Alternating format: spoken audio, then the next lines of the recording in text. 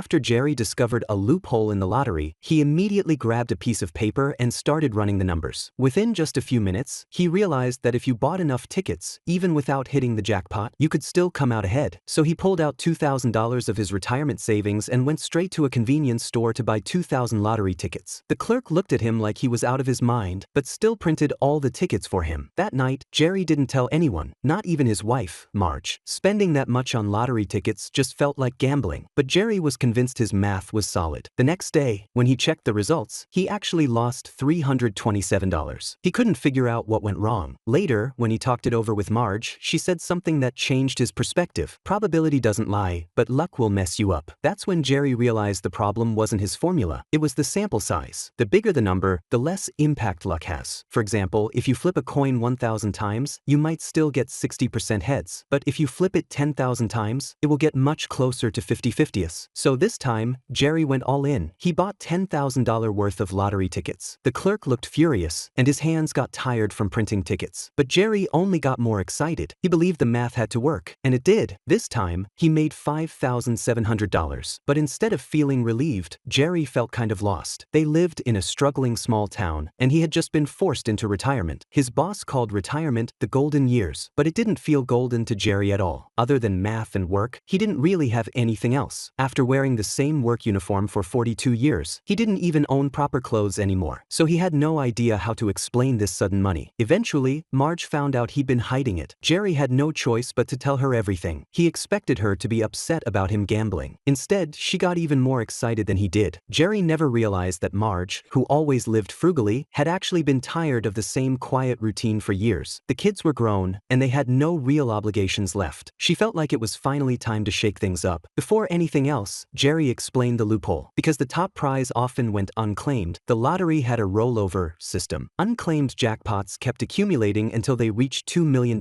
which triggered a reset and redistributed money into lower-tier prizes. And if you waited for that moment and bought tickets in bulk, the odds of hitting second and third prizes were enough to break even, or even profit. After hearing that, Marge told Jerry to go all in. Together, they put $15,000 into lottery tickets. Since their local store didn't sell enough volume, they drove to another state to buy tickets. Marge treated the whole thing like a road trip. For her, it felt like the wild life she had once only imagined. They traveled and bought tickets at the same time, like a delayed honeymoon. Life suddenly felt lighter, and the best part, they were actually making money while doing it. Their $15,000 investment not only broke even, it more than doubled. When they went to cash out, they were still nervous. They worried the staff might suspect something and call the police. Instead, the clerk just smiled and said, "Congratulations. Everything they did was completely legal." Since the lottery triggered a rollover every 3 weeks, they realized they could make consistent monthly profits. But then Jerry looked at the shrinking town and had an idea. If this worked, why not bring everyone in the town along? Maybe they could all make money and bring the town back to life. So they gathered the neighbors and explained the system. After seeing their success, many people got interested. People pooled savings. Some even took out loans. The dying town suddenly felt alive again. Jerry also tried to bring his kids in, but they didn't believe it, especially his oldest son, who wanted nothing to do with it. When he was younger, he wanted to play baseball, but Jerry made him count coins. When he got older and tried to talk about personal struggles, Jerry was still focused on numbers and probabilities. Only then did Jerry realize he had never really understood his son. But the operation was already running. Their first big move was buying 40,000 tickets at once. They even brought the local lottery store owner into the deal. Instead of checking tickets manually, they simply reported winnings directly back to the store. This time, they crushed it. Jerry's group made $82,000 in a single run. The couple felt young again, and the once quiet town slowly came back to life. People paid off debt. Others regained hope. Even the long-canceled jazz festival started coming back. Everything was improving. It was lottery day again, and it also happened to be Jerry and Marge's wedding anniversary. They were printing tickets, having a few drinks, and dancing around like it was a celebration. That's when two young guys showed up. They were Harvard students, Taylor and his partner. Jerry's group wasn't the only one who had figured it out. Taylor, a math student, had been researching lottery papers and quickly spotted the same rollover mechanism. But he had one problem: no money. So he put together an investment proposal and brought in other Harvard students. They studied past drawings and even filled out tickets by hand. It wasn't efficient, but it worked. And then they noticed something else. Another group was clearly operating at a much larger scale. By tracking data patterns, they eventually narrowed it down to Jerry's town. And that's how the two sides finally met. But things didn't go smoothly. Taylor looked at them, just an older couple, and immediately offered a deal: join join his team and just collect easy money. Jerry turned him down right away. He wasn't going to abandon his town. On the way out, Taylor mocked him. "You're good at math, but we're from Harvard. You might want to look up binomial distribution." Jerry shop at binomial distribution only has two variables, but you've got people manually filling out tickets. That's a third variable. And time cost is a fourth. You're only making a few $dozen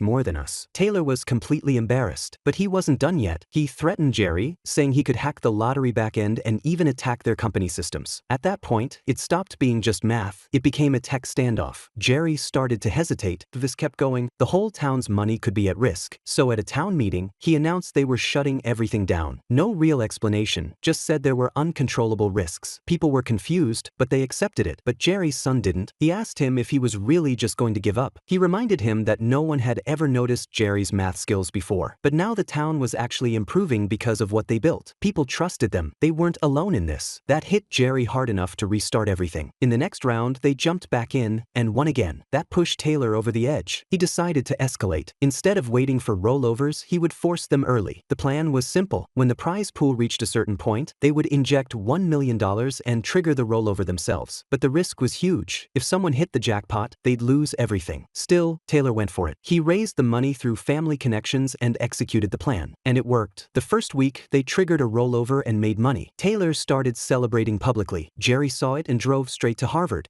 He called Taylor out directly. He said the students were being used like tools. They were putting in time and money but getting nothing meaningful back. Then he walked away. But the real conflict was far from over. Taylor doubled down. And Jerry realized something. If they kept escalating with money and tech, the town couldn't compete. For a moment, he even considered doing the same thing. But it was shut down immediately because forcing early rollovers would hurt regular players. And their entire system depended on those people. The only real force that could stop Taylor was the lottery company itself. But the company only made money from fees. They weren't doing anything illegal. So Marge went to the lottery headquarters and proposed something different. Make all rollover data public and fully transparent. The company had no reason to refuse. Once everything became transparent, Taylor lost his advantage. His information edge disappeared overnight. His group fell apart and investors started pulling out. Taylor ultimately lost. He understood math, but not people. The town returned to normal. But not long after, a reporter showed up. He interviewed Jerry and was stunned when he saw an entire warehouse full of lottery tickets. Still, everything was legal. Every record was clean and documented. The reporter originally came looking for a scandal, but instead decided to focus on the system itself and the Harvard Group's strategy. The story blew up. Pressure built quickly, and the lottery company had no choice but to suspend the rollover system. That meant the entire strategy was over. Before the final rollover draw, Jerry felt a quiet sense of loss. But the town didn't blame him. Instead, people started taking action on their own. They traveled across states just to buy tickets for the final round, so it would still belong to Jerry's group. The last shipment of tickets came in, boxes full, nearly all of them theirs. Jerry and Marge stood there watching it all, and for the first time, they realized it was never just about money. The town had changed. Even if the lottery ended, what they built wouldn't disappear. Marge said it was a shame they never hit the jackpot. Jerry looked at her and said, "We already did." Because the real win was never the lottery. It was everything that happened because of it. After the final rollover ended, the whole system was officially shut down. Jerry and Marge went back home, and life looked quiet again. But this time, it wasn't the same kind of quiet as before. The town didn't fall apart. In fact, people felt more connected than ever. Some paid off their debts, some started working again, and others opened small businesses. Even without the lottery, the place didn't feel empty anymore. But Jerry couldn't shake a strange feeling. He kept thinking this might really be the end of everything they built. Then the reporter came back again. He wanted to understand exactly how Jerry had managed to keep winning. There were even suspicions about possible wrongdoing. But when he saw the warehouse full of neatly organized tickets, all doubts disappeared. Everything was documented. Everything was legal. In the end, the reporter didn't expose them. Instead, he focused on the system flaw and the Harvard Group's strategy. The story spread fast. The pressure became too much, and the lottery company announced they were suspending the rollover system. That decision officially ended the whole strategy. At that moment, Jerry finally realized it was truly over. He and Marge went back home, and neither of them felt excited anymore. It wasn't sadness about losing money, it was more like a sudden emptiness. The routine they had built, calculating odds, waiting for rollovers, was gone overnight. And they didn't even know what to do next. Then the town showed up. Nobody blamed them. Nobody complained. They came with gratitude. Someone suggested they should help Jerry finish one last run. So people spread out again, traveling to different states to buy the final batch of tickets. A whole carload of tickets came back, box after box. The final rollover ended up being almost entirely theirs. When it was over, everyone just stood there together. together. No tension, no calculations, just a simple shared understanding that they had gone through something real together. Marge looked at Jerry and said it was a shame they never hit the jackpot. Jerry paused and said, "We did. And this time, it wasn't about the lottery at all. It was about the people and everything that had changed because of them." The story of Jerry and Marge was never really about gambling or math. It was about two ordinary people who, later in life, found something meaningful again. Jerry brought logic into a messy world. Marge brought courage into uncertainty. And together, they helped a small town start breathing again. When numbers stopped matching, people did. And in the end, the real return was never money. It was having people around you who still believed in tomorrow.